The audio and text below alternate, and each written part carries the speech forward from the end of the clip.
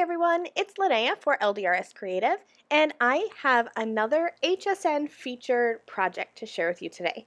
I'm going to be combining two kits from HSN.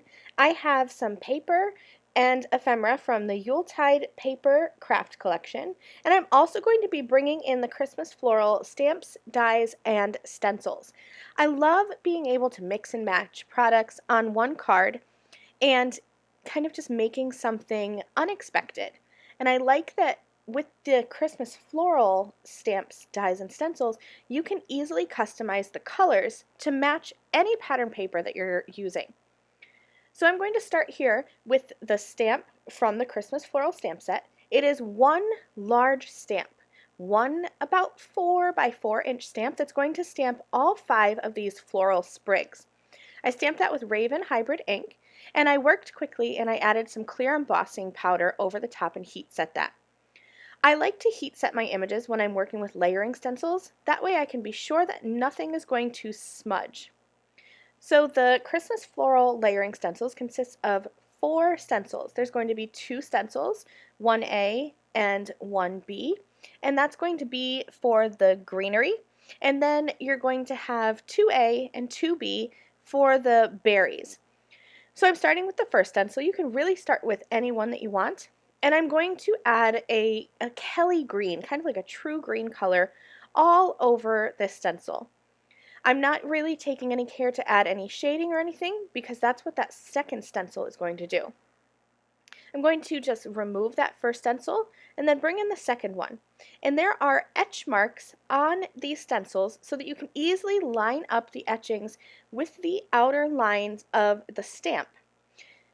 I'm going to, once I get that placed, I will grab a darker green. This one is like an evergreen. It's called evergreen. It's a dark evergreen color, and it layers so nicely with that first green, with that 4-leaf ink.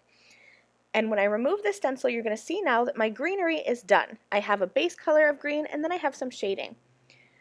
I'll bring in this third stencil, and that will be my base layer for the berries. So I wanted to do like a lighter red. So I actually have a pink for my first layer, and then I'm going to wipe that off, grab my fourth stencil, line that up using those etch marks, lining that up, and then pressing my tape down to hold that in place. And then I'll come in with a red ink over the top, and that will be for my shadow layer. These stencils are so quick and so easy to do. You can do a whole bunch at once and then cut them out and have them ready to go. So check this out. Here's my finished image all colored up, and now all I have to do is die cut them. Just like how I stamped once and got all 5 images, the coordinating Christmas floral die is just one die, and it cuts all of them out at once. Now I wanted to show you that if you didn't want to use that stamped outline, you don't have to. These stencils work perfectly to create a faux no-line coloring look.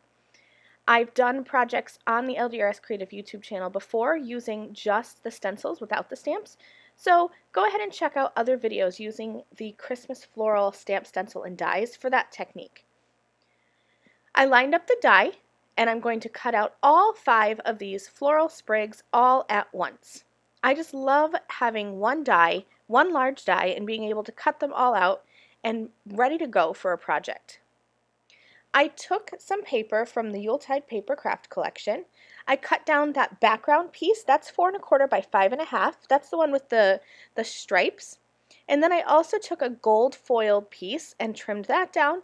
And that fa la la is what I like to call a cut apart piece. One of those 12 by 12 papers has different sentiment pieces and just little rectangles and squares that you can use as focal points on your card. So I trimmed that down, and that's what's going to be the sentiment for my card.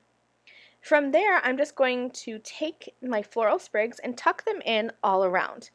I did go back and stamp and stencil more, so what you see here is, I believe, 2 of each of the floral pieces. Because the stencils are so quick and easy, it was easy to go ahead and just recreate that stenciled look and cut them out again. Once I have all of my pieces arranged, I'm going to glue them down. The hardest part about this card truly is just deciding where you want these floral pieces to go. Once I have them all figured out, I'll pop some up with foam and add that onto a black card base that is sized slightly larger than my background piece. And here's my finished card. I added some white spatters with acrylic paint to make it look like there's snow on my card. I hope you enjoyed this project. Thank you so much for watching. I'll see you soon. Bye!